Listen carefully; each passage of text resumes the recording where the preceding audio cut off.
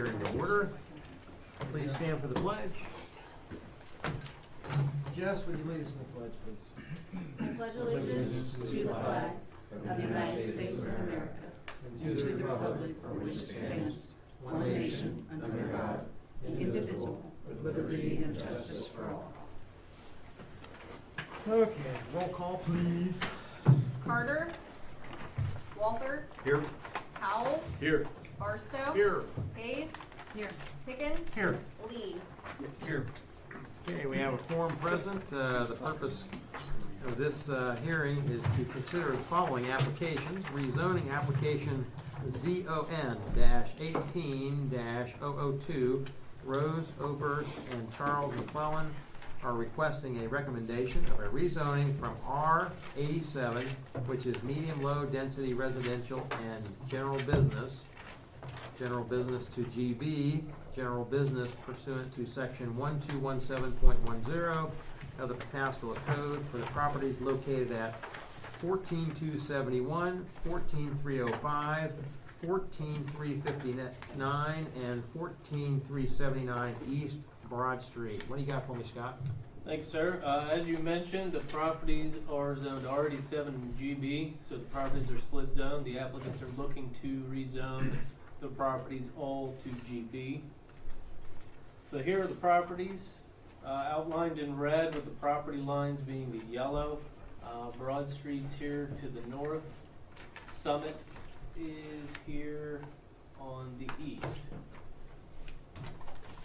So the three eastern properties shown on the map, that's 14305, 14271, and 14359, 16 total acres owned by Charles McClellan, who uses the property for the trucking company CM Brokerage. The westernmost of those four properties, which is 14379 East Broad Street, is 4.27 acres owned by Rose Oberst, and she's proposing to use the property for a real estate business. As I mentioned, all four of those properties are split zone, so the applicants are looking to rezone the property all to general business to correct the issue with the split zoning. So as I mentioned, split zone, and we have these throughout the city. I think this can be dated back to the Lima Township days, where they would take Broad Street and rezone, say 100 or 1,000 feet off Broad Street to the commercial district. Everything behind that would remain as is. So that's kind of where we come across some of these split zone property issues. So you can see that the rear of the property is zoned R87. The front of the property is zoned general business. The comprehensive plan does designate the properties as retail along Broad Street and office in the remainder of the properties. The proposed general business zoning classification is in line with the comprehensive plan. Also, the split zoning with these properties can make interpreting and enforcing the rules on these properties difficult, because there's not one clear zoning classification because they're split zone. Different uses, different setbacks, so it complicates the matter with that. Planning and Zoning Commission looked at the application on March 7th of this year. The Planning and Zoning Commission recommended approval of the request with the following condition: that L4 landscaping be installed along the eastern property line of the easternmost property considered for rezoning. So to make that clear, here's the easternmost property, here's the easternmost property line. L4 landscaping is a requirement. Essentially, that's a fence with a tree every 30 feet. So that was the recommended condition of approval for the rezoning request, that an L4 landscaping, fence, tree every 30 feet be installed along that property line. And I would be happy to answer any questions. Was there any feedback from any citizens, residents? We did have some residents come in, and I think they might be here this evening. Okay. But there was concerns with that along that eastern property line about the activities for the trucking business right adjacent to a residential district. So I think that is where the recommendation with the condition from the Planning Commission for the landscaping to be installed at that location. Okay. Any questions for Scott? Yes, sir. On the comprehensive plan comment, that's under the existing comprehensive plan? Correct. Do you see any reason why there'll be, do you see any thoughts that the new or the revised comprehensive plan may change this area in any way? Again, we're very early in the process, but due to its location on Broad Street, I cannot foresee that it would differentiate into a non-commercial zoning classification. Yes, sir. One of the multiple curb cuts that they have, Mhm. did the zoning, or do you have any issue with the zone, or with the driveways and the configuration they're in now, spacing wise, as far as any conflicts with adjacent or across the street drives in any way? The public service director and city engineer took a look. They had no issue with the curb cuts. If this property or these properties were to develop, we would look at it again at that time based upon the specifics of what they were proposing. Anything else? Yes, sir. Yeah, I have several questions. So part of this is because I'm not a zoning guru.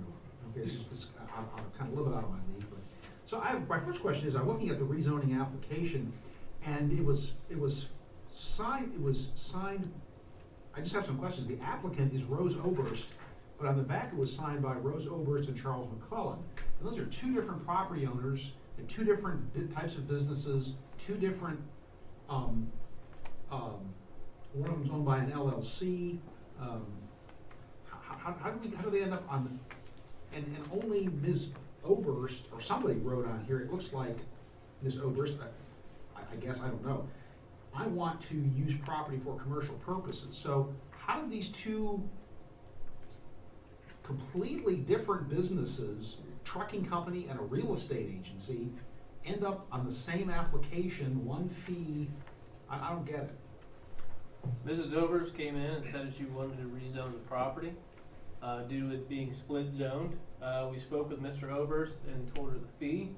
She said that the fee was too expensive. We told her that her neighbor to the east is in a similar situation. It might be a possibility that if she thought the fee was too expensive, she could speak with him and they could go in together to correct the zoning issue. They decided to do that and pursued the application with rezoning all 4 of these properties from the split zoning to one zoning classification on the same application. We made that very clear though that it's all or nothing, that you can't pick and choose with those that these 2 are rezoned, these 2 are not, that it all has to go forward as a yes. That if one property decided was not appropriate, then the whole application would be recommended for disapproval.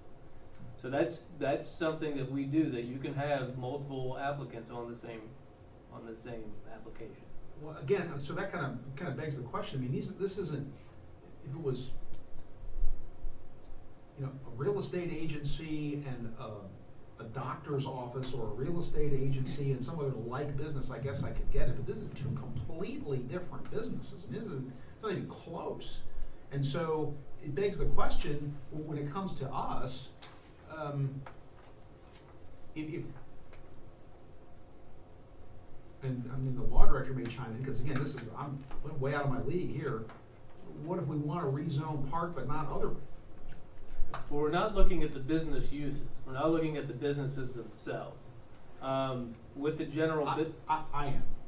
Well, from a zoning standpoint, those uses described, one, the real estate office is her intent. Doesn't exist. Her intent is to use it for a real estate office, which is permitted under the general business zoning classification. Trucking company is also permitted under the GB zoning classification. So what the proposal is, are these properties, does it make sense? Is it appropriate for these properties to be zoned general business?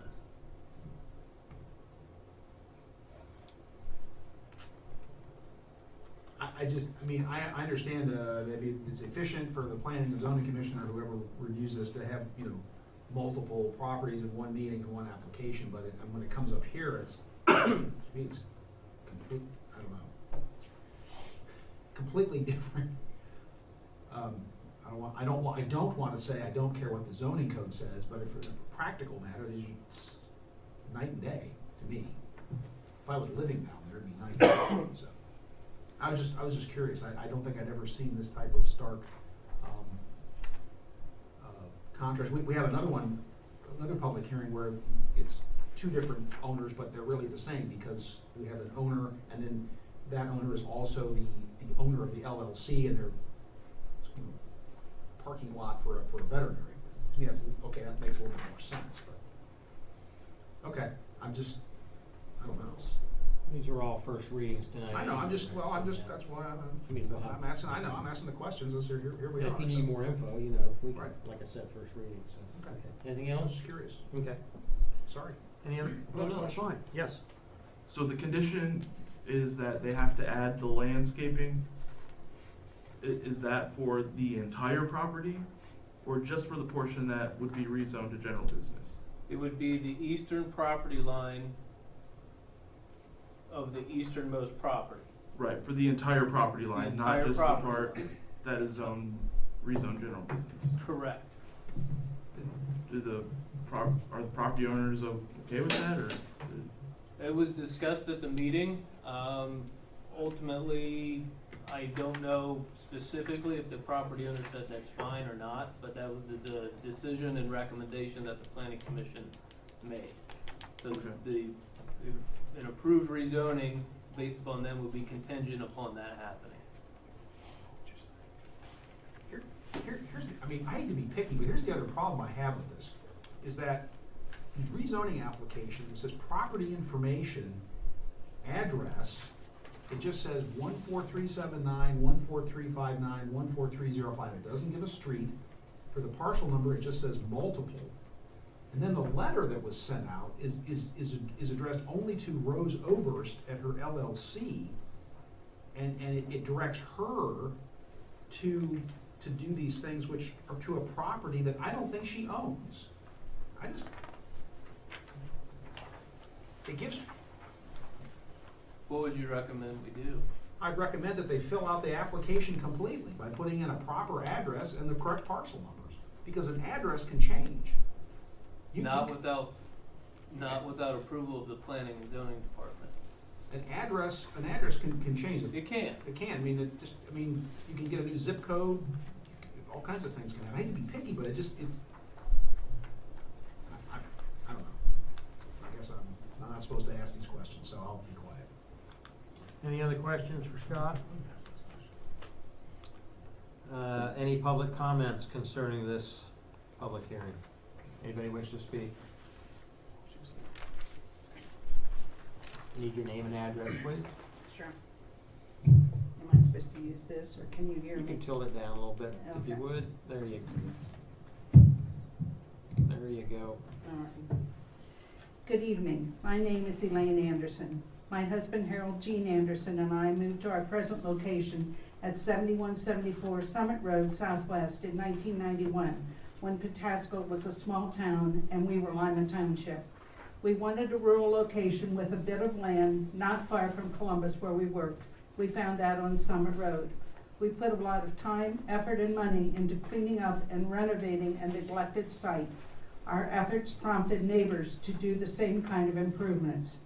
Tonight, I stand before you a disgruntled, disappointed, and disillusioned citizen. Why? Because of the manner my husband and I, and many if not all of our neighbors, feel we've been and continue to be damaged by the city of Pataskala. Number one, Pataskala took frontage from our property to widen the road without recompense. Number two, when Pataskala took our frontage, we were told Pataskala would put our property back in the same condition it was prior to widening the road. Our frontage had buried drainage tile prior to this, but Pataskala forced us to be content with the ditch, even after petitioning the city engineer. Now we have a mosquito breeding depression that holds water, plus a spot which neither my disabled husband nor my arthritic ankles and feet can now mow due to the pitch of the walls on the ditch. So now we are forced to hire this out. So Pataskala has forced us to spend more money to get this done. Excuse me, or let it go to weeds. Number three, Pataskala instituted a city income tax from which we personally see no real benefits. Are roads better? Does the city pick up garbage? No.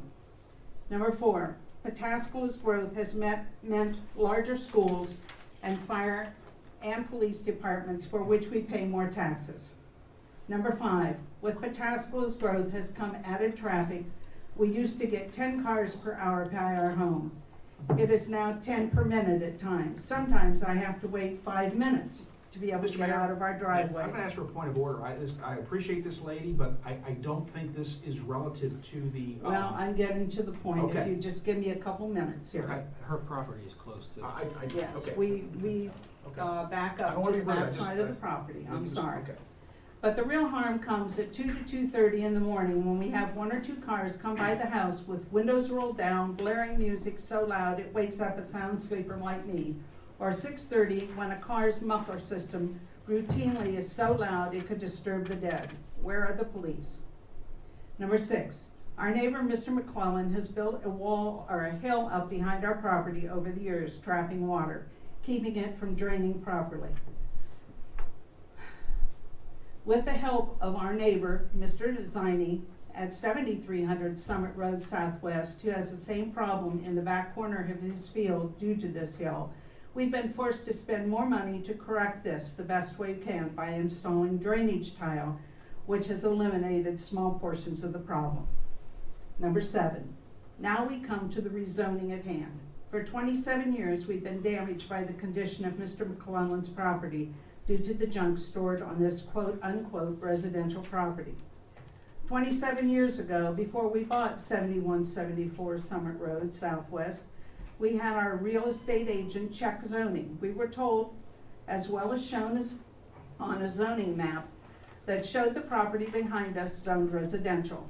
We challenged Mr. McClellan in 2000 because he was trying to misuse the property by starting a new separate business behind our property on the build-up hill, on residential land. Zoning personnel told him to cease and desist. However, no one from the city or zoning has remained vigilant to ensure zoning regulations were followed. We have appreciated that he has kept equipment away from our property and kept the area nicely mowed. But just over our property line behind 7156 Summit Road, where Tom and Teresa Thorne live, he has equipment that has nothing to do with his transports company, like dump trucks, boom trucks, old boats, RVs, AC units and parts, pickup truck beds with no cab, etc. These have lined the backs of other residences from 7156 Summit Road to Broad Street and haven't moved for years on residential land. This reminds us of a junkyard. And in 2000, the EPA even came out and made Mr. McClellan clean up parts of the property. However, over time, more stuff has accumulated. Aren't junkyards supposed to have licenses and fences along them? Excuse me. Our neighbors, Tom and Teresa Thorne, are wanting to downsize and so have contacted a real estate agent. They were told they would take a minimum 10 to 20% decrease in what they can get for their property due to the condition of the property behind them. I'm supplying some photos to show what I've been describing. We've been damaged now by the condition of residential property. Can you imagine what will happen under the zoning as business?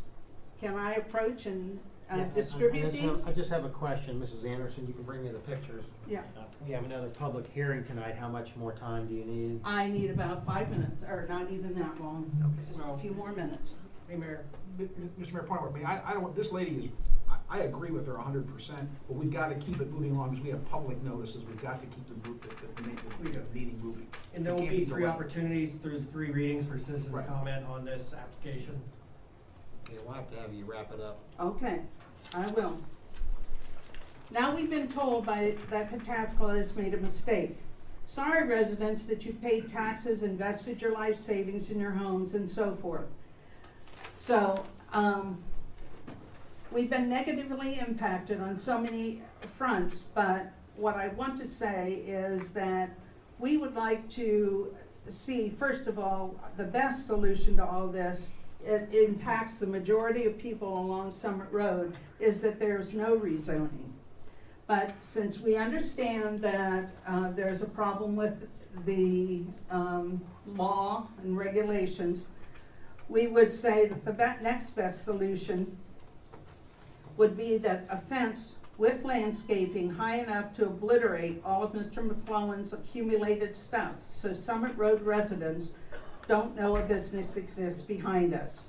This also means no increase in noise and smells, maintenance of the landscaping by Mr. McClellan, and periodic inspections by zoning to make sure all is in good order and there are no more EPA violations on his property. Thank you, ma'am. Thank you. Is that your pictures up here, man? She wants you to. Oh, okay. Any other public comments on this property? Okay, seeing none, I'll ask for a motion to adjourn. So moved. Moved by Mr. Barstow, seconded by Mr. Hicken. Discussion and roll, please. Walther, Yes. Powell, Yes. Barstow, Yes. Hayes, Yes. Higgins, Yes. Lee, Yes. Carter. Okay, hearing adjourned. We'll go right into our next one.